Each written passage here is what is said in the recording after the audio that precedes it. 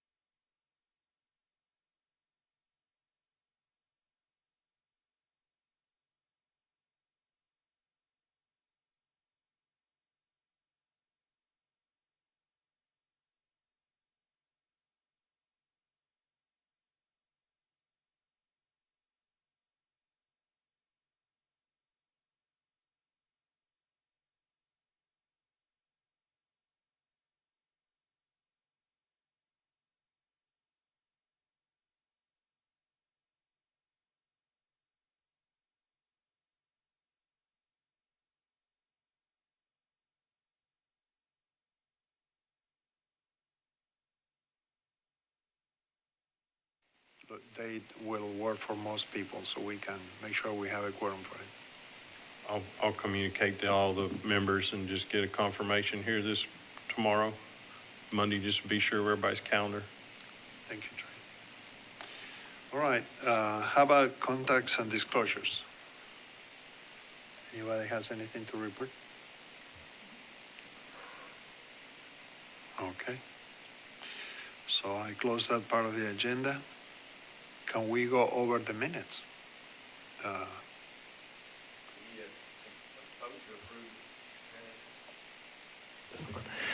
In order to vote to approve the minutes, you need a quorum to do that.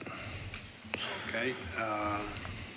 How about if we go we put that in the back and we go to the updates from the executive director? That'll be good. Thank you, Chairman. Apologize for getting some of the information to you guys late this week. I did promise to have this stuff ahead of time for a week, so you had time to review some things, but quick updates on the executive summary. Jumping down, we are looking at, or in the process with safety reports, our new platform of developing an ADA checklist for those code inspectors to utilize. It's not necessarily a function of the board or totally in my realm of a role, but as we develop safety reports for across Metro, it's another avenue that the ADA team will be able to utilize coming up front. So we're working on developing that checklist to be uploaded as a custom inspection type format along with the safety reports program. A couple of project highlights this past 30 days on the Juvenile Justice Center. The nice project with Bell Construction. We did actually have 2 incidents here this past 30 days. One accident and one an incident. We did have one worker that was wrecking some concrete forms miss and struck his knee or his shin with a hammer. So it kind of caused a little bit of a puncture wound, but did warrant a doctor's visit for antibiotics. There wasn't any stitches or anything, but it was a pretty good little hit with just self-inflicted accident there, but haven't heard the latest on any follow-up right now, but that was documented with Bell here about 2 weeks ago. The other recent incident we had was a minor fire actually on the Juvenile Justice Center. We did have one mechanical worker that was drilling through some concrete from the bottom up through an upper floor that got into a wooden pallet above with some material on it. Of course, just the heat dissipation from a drill kind of started some dry material that was actually on the roof level that started a little bit of fire that was quickly extinguished. So no harm there, no accident, no people hurt or anything involved in that, just an incident there too. And again, made some corrective actions with the team there, additional training. You know, you got to watch out for each other. You got to have a spotter when you're doing certain tasks and things of that nature. So they've documented that and gone through that process to correct that action moving forward.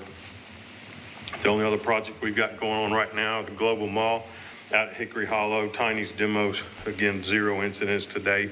That project's ongoing now with demoing out the center part of Hickory Hollow Mall and then closing in the anchor buildings around with exterior finishes. So that's just ongoing, and they've been safe out there and all good on that site. Complaints and contract issues. Right now, we don't have any complaints related to safety or contract issues with our business assistance office teams or our procurement teams. Right now, over the last 30 days and still ongoing, this here probably for the balance of this year, they are reviewing close to 77 contracts within Metro. 9 of them have been flagged for some compliance reviews, and that reflects about 4 of our projects within Department of General Services, which amounts to about just under $300 million contracts. So again, the business assistant office, as you remember, works with the small business, minority-owned, veteran-owned, women-owned entities to make sure the GCs are in compliance with their role on some of our projects and all the way through getting paid and things of that nature. So they're working on some of those items as an audit. Jumping down a little bit with Hub Nashville. Hate to steal Ann's thunder with her not being here tonight. Just a quick update on that subcommittee for our compliant process. The last page in your packet of information that I have is kind of an outline right now. We have initiated talks with our Hub Nashville team on developing our complaint process, which initially will be a button for the Contract and Compliance Board out there on Hub Nashville. We'll also have one for Nashville.gov on our Contract and Compliance Board page, again, where general public and concerned citizens will be able to establish any contractual or safety issues to Metro, and that flow chart is kind of in process there of what the screens will look like. Our 311 team is going to put together a little test environment here after Thanksgiving and get it back to us. So hopefully we'll be able to have a demo of that for our December meeting. If we do need to have a second meeting of the complaint subcommittee to look at that beforehand, we can schedule that if they get it done quick enough. But again, basic information out there on Hub Nashville where they can click on the button. It'll take them to a screen to document location, name, phone number, address, and their issue describing further detail to forward to staff so we can address it and look into it. So that's in process based on that subcommittee feedback. Board briefing, topic of the month. We are investigating the American Society of Safety Professionals organization for some certifications out there for myself and any other staff members. Basically an assistant safety professional designation is out there, and we're looking into it. Part of Department of General Services here too, this past week, Paul Hensley, who's our safety coordinator, did achieve his OSHA 30 certification this past week too. So he's worked hard on getting that. Subcommittee formation, again, jumping down, as I mentioned, Dan Barnett was volunteered and appointed and then approved for chair for that complaint committee, and we'll get the meeting minutes for the next visit for her to initial there. This evening, which is a part of your package of information as well, and we'll hope Michael will get here soon. We need to have the final bylaws have been finalized and just move for adoption and approval on that so we can get that to bed. Next part of the program, again, that we need to spend some time on this evening is on our contract safety language for our contracts. Ava's online with us, as well as Eric with iPartnerships on our consultant for anything. And of course, Matthew's here has looked at it as well. But again, basically drafted our safety language as one document. I'm proposing from staff pretty much make that an exhibit where it can be attached to all of our contracts or any particular contracts as needed across Metro, different departments as well. Or it could be utilized to replace our existing language on specific contracts like our CMAR or design build type contracts. But we'll work through that with the legal and with Dennis's team with the procurement and finance as we get to that. But again, it combines section 3.6 and article 10 and some other safety languages that are currently in our contracts. Pay application criteria. Again, some of this is outlined in our functions and bylaws of recommendations that this board needs to make to Metro Council here coming up on our deadline here for January. Right now, unless any of the board members have any issues to address, and based on what we've learned from AVA and our contract administration, I don't know that there's any recommendations that staff or I would make to council unless you guys have something specific of looking at our pay application process. That'll take some more time to review. We can revisit that, but due to our time frame like right now, I just don't have any recommendations unless there's something that we can look at that's urgent outside of meeting this January date for council proposals. Right now, we have had 2 resignations, as you know, from the board and 1 appointees from Metro Council. The other one's from the mayor's office right now. We do have 3 nominations out of the mayor's office at this time that'll be reviewed and voted on with the council on the upcoming December 16th meeting right now. So we should be able to get those folks on board here for the January meeting moving forward, time frame wise, if that pans out. Any other nominations that you guys may have or any other general public that might nominate someone? Deadline right now is December 5th. Unless Matthew knows something I don't know with the deadlines that need to get to council and on agendas and things of that nature by the 16th meeting coming up. I was showing December 5th. For legal department, again, keep in mind, we're still kind of working through part of our contract language too of defining a construction contract and what that looks like. Again, as we look at the safety language, we'll revisit it when we get to that part of you know, what some of those definitions look like and what they need to be with your input. Thank you, Trey. Does anybody have any question for Trey? Yeah, council member. Thank you, Chair. Just a couple of questions. I guess the first one, update from BAO. You said there were approximately 77 contracts under review. I guess my first question is what other departments those contracts are from? I think the last time we discussed that this board and this initiative was created not only to look at general services, but multiple construction projects across Metro as a whole. And I want it to be clear to other departments that they are subject to these inspections as well. And so I want them to recognize the authority of the board and your authority. And so I want them to be acutely aware of that. And so I'm wondering what other departments are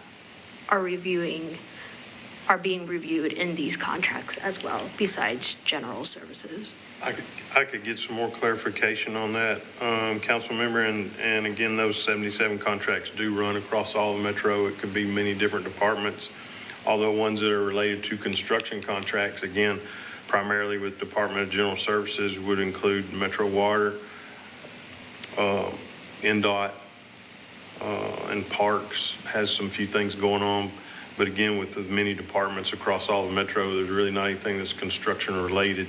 Our business assistance office does look at a lot of other different type contracts, and Dennis might weigh in on some of those more specifics, but this is a summary that the BAO office supplies me with just information on slicing and dicing the specifications and the numbers and what they look at on construction stuff. And again, they look at it with Okay. their checklist to identify those things. We do have ongoing conversations with the schools right now.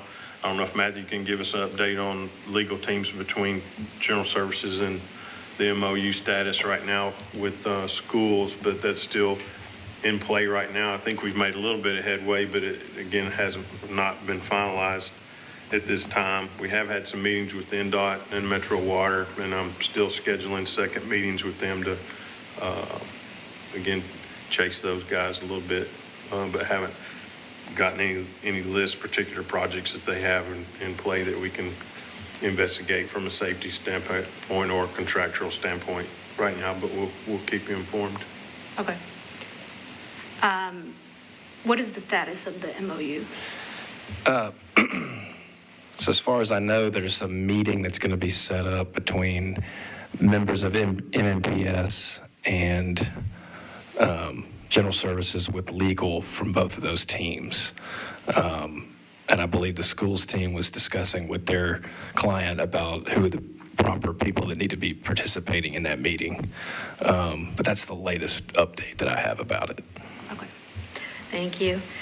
As far as pay application criteria goes, I think the last thing that I heard from the chair was making sure that there was some requirement for subcontractors and the subs of the subcontractors. Is that correct, Chair? Yeah, we want to make sure that we capture the information from all the way down to the people doing the work, just to make sure that everybody is safe.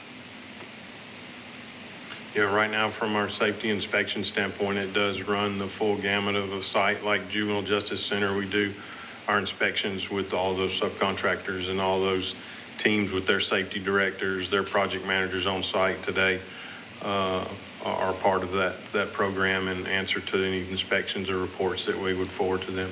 But also contractual information, like if there is a contract going down the chain of contract, that we are made aware of all that information. Okay.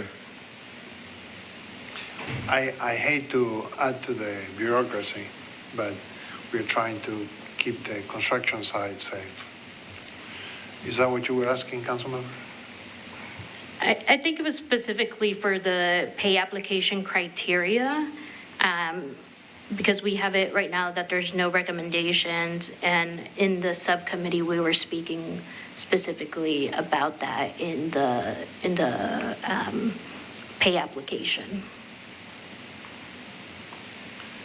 Sure. We'll investigate that a little bit more. I know today, from our contractual standpoint, and Dennis, help me out, we do have our contracts written to the main GC and our construction managers. Again, that's our initial obligation from a legal standpoint. Pay applications, their documentation of what they submit as a pay application with all the backup invoices, copies of work, things of that nature, and their schedules are included in all of that type stuff, but I'm not sure the actual contract they have with our GCs is included in that, but we can investigate that. Well, I want to have the information. I'm also thinking when I had a small business that I decided not to apply for certain contracts because I didn't have the capacity to meet the requirements. So I want us to keep that in mind, to be balanced as we do that. If we are asking the small subcontractors too much information, it might push them away from contracting with Metro. I think it might even be prudent, or I guess legal, if it would even be sufficient enough to have the subcontractors or the subcontractors sign an affidavit saying that they had paid all of their employees, and if that would be sufficient enough. I know they do supply waivers, lien waivers, partial lien waivers from material suppliers and their other sub-tiers, but not from an employee standpoint. Does anybody else have any comments about it? So I guess in regards to that, as a general contractor, if Metro pays the general contractor is obligated to pay their subcontractors. From there, if the subcontractor does not pay a lower tiered sub, where does the punishment then fall? Does it fall by Metro withholding payment from the general contractor?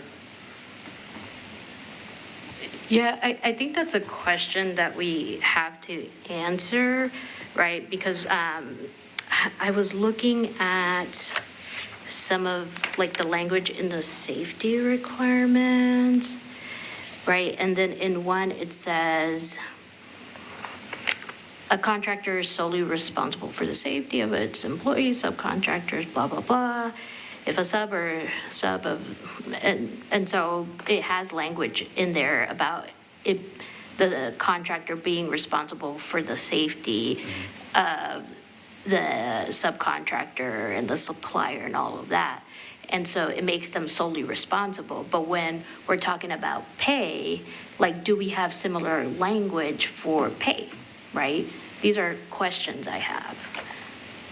Yeah, and I agree. From being in construction, if anybody steps foot, whether it's a subcontractor, whether it's a sub of a sub, or if it's a visitor, that's the general contractor's job site. So it's their responsibility to keep everybody safe. So I do agree that the safety does move all the way down the line, but, and again, it's the obligation of the general contractor to pay whoever they're contracted with on a subcontractor side. But if that payment doesn't trickle down to a sub of a sub, obviously as a general contractor, that's not my intention, and I don't want that to happen. And we're going to do everything in our power to make that right. But at the same time, if it's going to end up coming back up the chain to Metro, and then Metro is going to withhold payment from that general contractor because of a sub of a sub, or a sub of a sub of a sub, I guess I don't see where the enforcement necessarily meets what's going on in the field. And how do you formulate that language? Yeah, I mean, at the end of the day, the people that end up losing are the workers. Right. Right? And then you have people that go without, and their families go without. And so it's a problem that we've seen throughout Nashville for a very long time now. And it's because people keep outsourcing and keep giving it to the sub of the sub of the sub of the sub, and so on and so on and so on. So at some point, people have to learn, right? So if you're going to have people out there picketing, eventually it has to change, right? And I agree. I think that there's a way to solve it. I don't know what the solution is, but if the payment is being withheld from the general contractor, then that's not just affecting the sub of the sub anymore. That's affecting the other subcontractors as well. So I think that broadens who's being affected by it if payment is going to be withheld because a sub of a sub was not paid. And the unfortunate part about the government contracts is in the private sector, you have the opportunity to file a lien against a project if you're not paid. On the government projects, it's a little bit different. So I think you wouldn't work with that subcontractor anymore. right, but if they're on your project and you're in the middle of a project, what happens then? And then if they get run off the job and you have the sub of the sub, but your subcontractor has been terminated from the project or removed, then they're not getting paid. And it's a good question. I mean, I think I hear what you're saying, but how will the whole payment be withheld from the general contractor, or the amount that is being reported as being unpaid?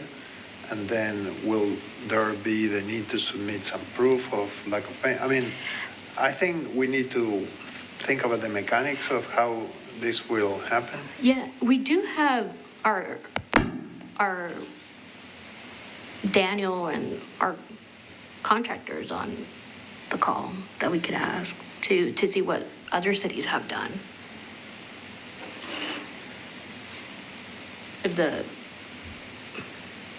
If they could hear us, Eric.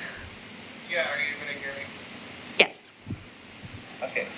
Yeah, so, yeah, similar other agencies kind of have agreements in place where the contractor, the GC, is going to be responsible for everything that kind of trickles down, right? But they also kind of set limits on how much can you actually sub out, right? And then getting that, understanding that if you are going to sub out, you're going to have to let the agency know what you're subbing out, and sometimes even depending on the work, it's like, why are you subbing this out when you said you can perform it, right? Just so it doesn't, what I'm hearing of, like, it continues to go down the line and it's almost never ending. Some of them do withhold pay at the GC level until, if there is a grievance issue, until that gets resolved. Other agencies as well, what they do is they have payroll verification throughout the project. So some cities opt to have that being done by city workers. Some of them have third-party administrators and neutral facilitators that they contract out that type of work, where essentially what they're doing is on the field kind of asking if they're getting paid the correct wages depending on the project, if there's collective bargaining agreements involved or any other types of agreements, just to ensure that pay is being done. And if it's not, then that's when they raise the issue with whoever that agency or board is in charge of that. So, for example, in Washington, they would submit a complaint with Laborers and Industry, LNI is what they call it. So then that would go into an issue and open I forget the direct term they use, but apologies, but essentially a grievance, and until that's fixed, that will kind of be almost on their record, which will prevent them from continuing to do work on that project site specifically. That's subcontracting until that gets fixed. If they don't fix it within or cure within the limited window they're given, and then that also possibly does go as a ding on the record if they try to contract again with any other agency as well. I mean, Ava makes a mention on here as well, most all of our subcontractors submit a lien waiver to relieve the responsibility of Metro towards any obligation related to any claims against Metro. It's in our contract language. I mean, we're basically obligated only to the GC, the prime on all of our projects, the way that contract language reads today. And again, the Business Assistance Office does follow up and monitor the small business entities out there too, to make sure they're paid first and follow up on any of those particular areas. Outside of those guidelines right now, I don't think there's any other language or responsibility on Metro's part. I wanted to bring us back into where we were on the agenda. This is, he was doing his executive director report. Does this conversation belong on a committee or?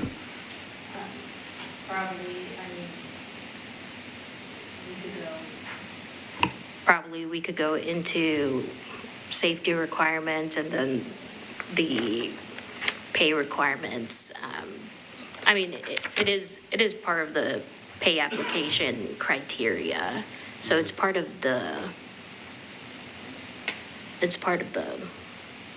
executive director report, essentially. Okay. We were going to discuss that today, so I'm just trying to keep us on track. Are you, now we have a quorum, are you interested in making a motion, or you're making a recommendation, or what is that you would like to do with that comment? Well, for the pay application criteria, I think one of the things I'm interested in is protecting the workers that are under the subcontractors. And I think exploring ways of doing that mentioned by Eric would be important. So if we could take a look at that and bring it for the next meeting, I think that would be good. Go ahead. Yeah, I think from my perspective, I think that the importance of us getting the complaint I guess, toolbox or whatever tool we're going to use, I think is vitally important. I think that's where, in my mind, where there's smoke, there's fire, right? And I think that's where we will get some indications that maybe something's not right. But I guess going back from the contractual perspective, from a Metro procurement perspective, the GC is who we're looking for to manage everything. And of course, there are some things other than terminating contracts that you have that are bigger picture related to suspensions and debarment and things like that we have based upon, I'm going to say, just total failure to meet Metro's requirements, right? So, but other than that, we're looking for the GC to manage the entire process, start to finish, and then ultimately, if subs aren't getting paid, they should be the ones that are actually managing through that process on down the line. Metro did not pick these subs, the GC did, and therefore, I think from a Metro perspective, we want to keep them on the hook for that. Okay, so this is an interesting dynamics that we want to explore. I heard what you said, and we heard what the council member said, and what you said. Is this something that we should ask the committee to discuss, or should we have you wanted to propose to bring it up at the next committee meeting? Yeah, it seems like a longer discussion, so we could, have Eric and Daniel, send over what other cities have done and have that discussion at the next meeting. Everybody okay with that? All right, well, thank you for bringing it up.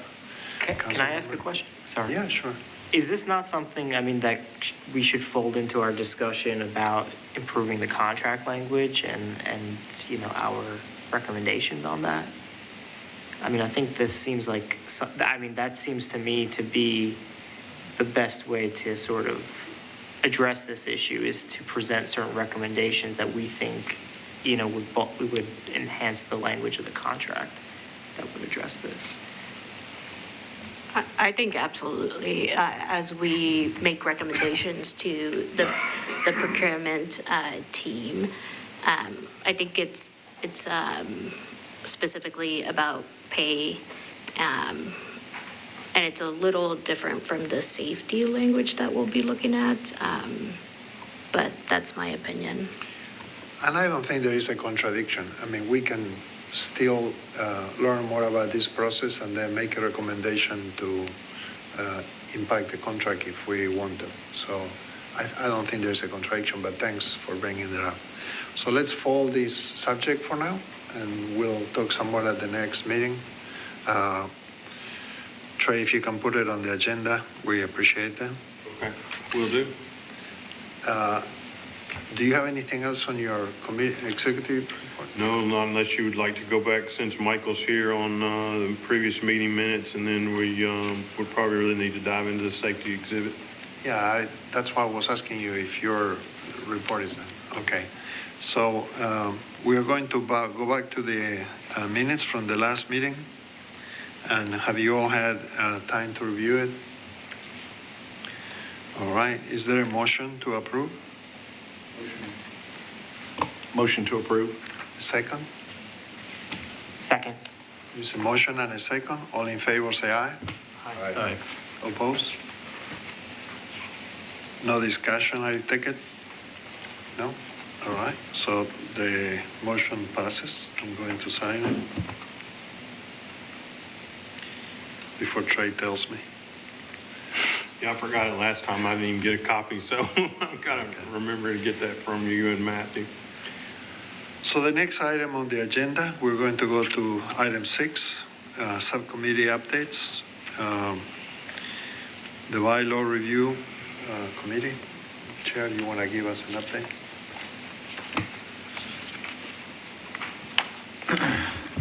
So the update on the bylaws, following our last meeting, we had agreed to, we have agreed on the bylaws for what we've been working on. I believe Trey sent those out for everybody's review. So, Sorry, to sign there. oh, got it. So I think that's our update. I'm not sure what the next steps are. Are we ready to adopt it? Unless there's any. Yeah, basically, this is the final back from legal that I distributed. It's in your packet, and it would require chair and vice chair signature with today's date to adopt and approve and upload. I think we need a motion to adopt, Yes. right? Yes, that's correct. Okay. Can I ask a question about them? No. Yes.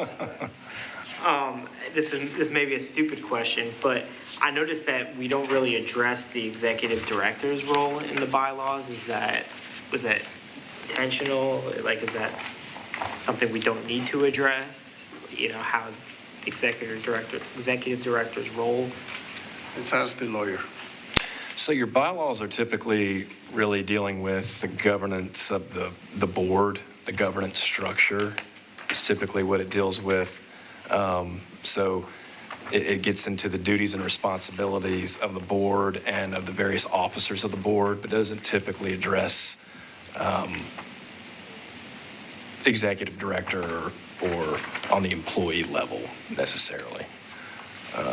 Your bylaws are generally just, quorum requirements. First of all, the general purpose and function of the board, membership, officers, things of that nature, just the sort of governance requirements. Okay. If Metro Legal is fine with them, then that's fine. Okay. So, does anybody want to make a motion to adopt the bylaws? I'll make a motion to adopt the bylaws. I'll second. We have a motion and a second.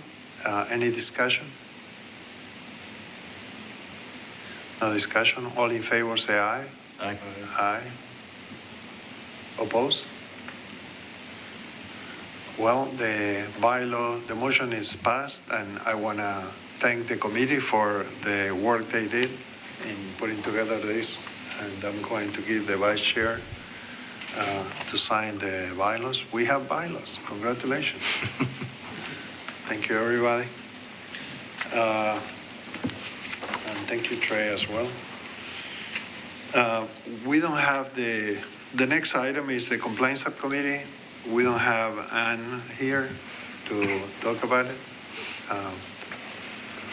Mr. Chair, as I mentioned earlier in the executive briefing stuff right now with the Hub Nashville direction that we've given them and to bring Michael up to speed to, our December meeting, we did initiate conversation with the Hub Nashville group on putting the buttons out there on our contracting compliance board, nashville.gov webpage, as well as establishing one on the Hub Nashville main page, again, for an avenue for the general public and any concerned citizens to, initiate any complaints or issues or concerns out there.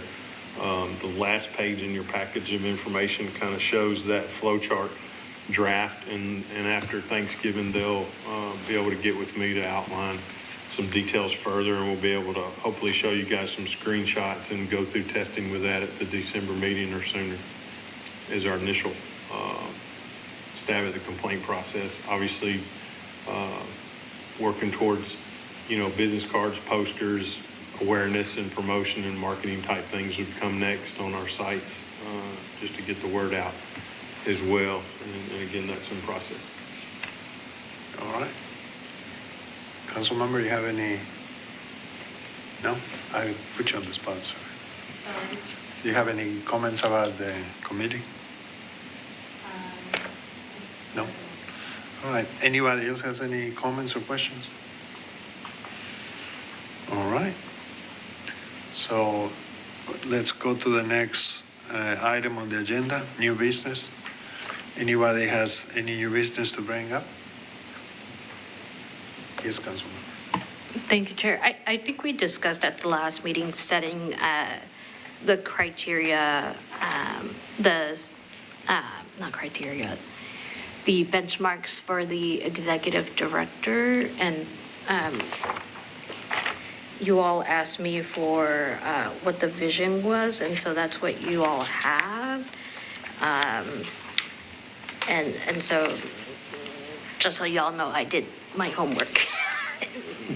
Thank you. I gave y'all what you asked me for, and so I just put together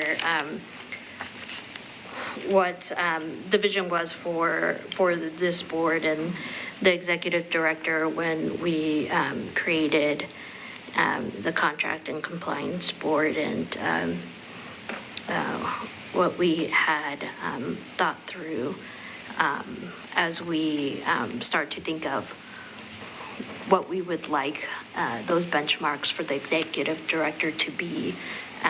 We do need to send that over to,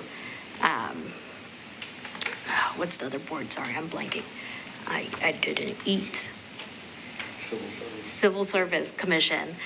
They asked us for that so they could take that up at their meeting. Okay. I have a question for the lawyer. Other committees have executive committee meetings that are not public. Do we get to do that?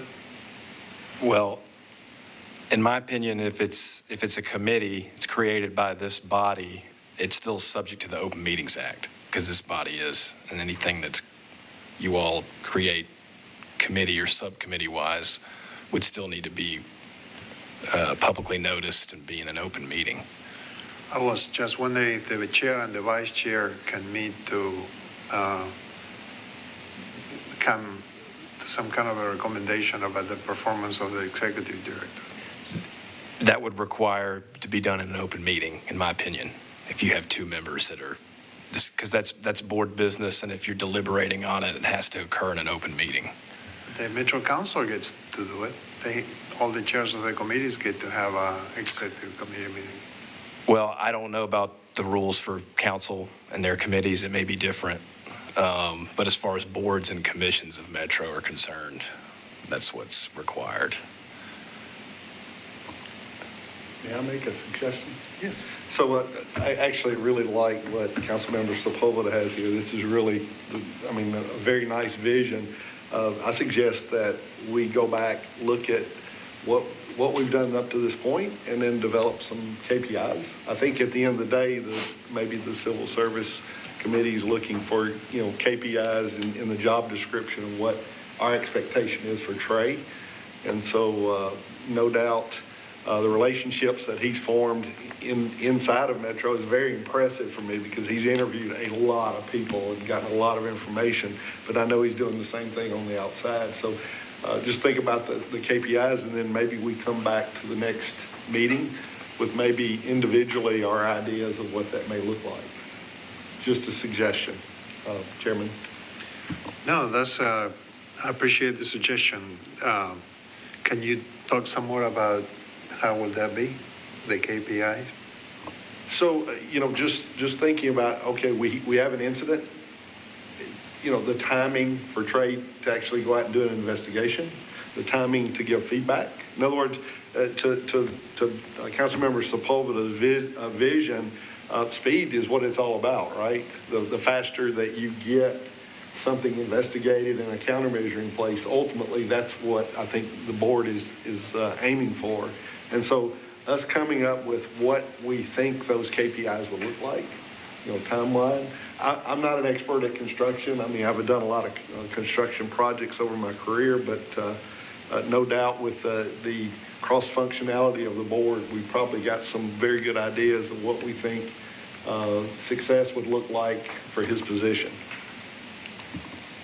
Mr. Chairman, if I may, again, one of the things that we've got on for December's agenda too is to possibly have Daniel and Eric, our partnership team, come in too and facilitate that KPI process and evaluation.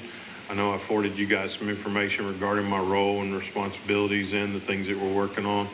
To Dennis's point, the safety stuff is easy for me.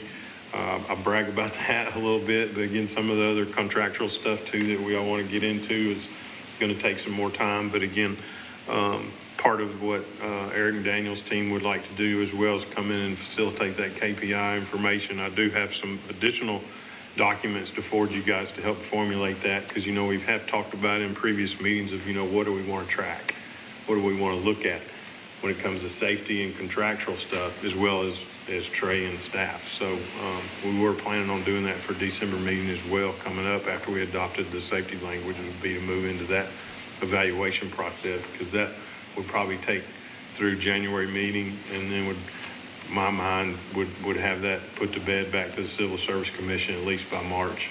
March 1 would be a time frame and a goal in my mind. And just a quick comment. So we have discussed that a lot. I don't think we've specifically discussed what success looks like for you, right? And I think ultimately, we want you to be successful. We want to support your role. And I think to do that out of fairness to you, you need to clearly understand what your KPIs are for success, right? So. Right.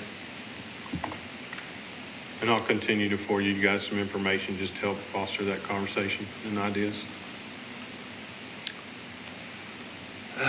I forgot that how frustrating it is to have a meeting without, and to an executive meeting like that. But yeah, we don't want to keep any secrets from the public. So anyway, thank you everybody for the feedback. And I agree we need to give Trey some clear understanding of what our expectations are, so he can be successful. Thank you for those comments. And thank you, council member. Is there any other new businesses that we need to consider? Sorry, can I ask a question? So what's the plan? Are we going to do this at the next meeting, or? Yeah, next meeting, Trey was telling us next meeting, we're going to get some feedback as well. And then what he suggested is that we come up with the KPIs that are important to us. So we're going to do, okay, so we should each think about that? Yeah. Okay.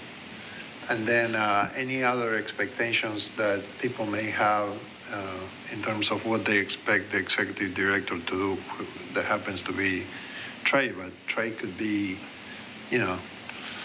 win the lottery tomorrow and leave us. So it needs to be an objective metric to assess what means success to us. If you win the lottery, don't forget us, Trey. I'll put that in the notes so they can sign off on it. Yes, Councilmember. Thank you, Chair. I think it's important to think of these KPIs in the measurement of 6 months.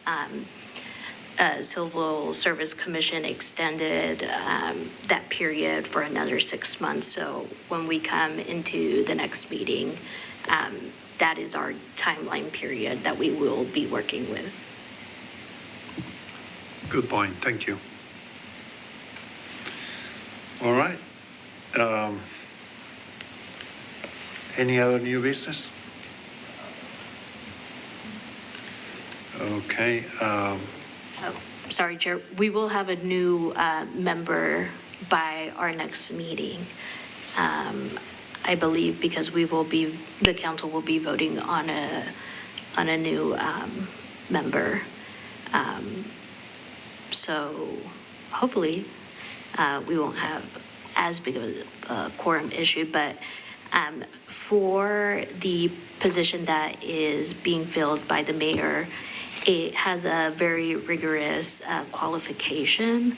I will be filing legislation to bring that down quite a bit because it's very unique in itself and it is very hard to fill.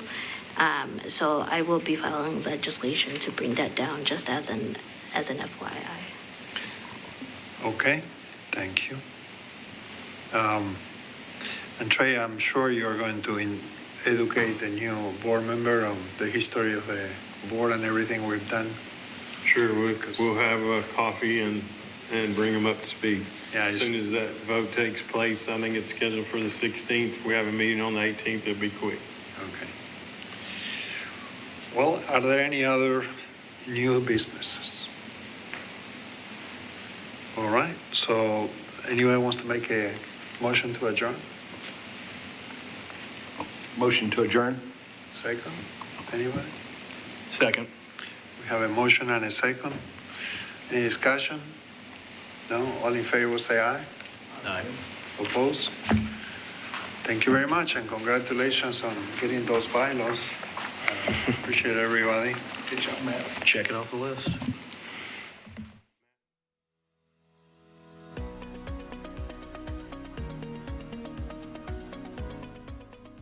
This has been a service of the Metro Nashville Network. If you would like to see this presentation again, or for more information on this and other programs, visit nashville.gov.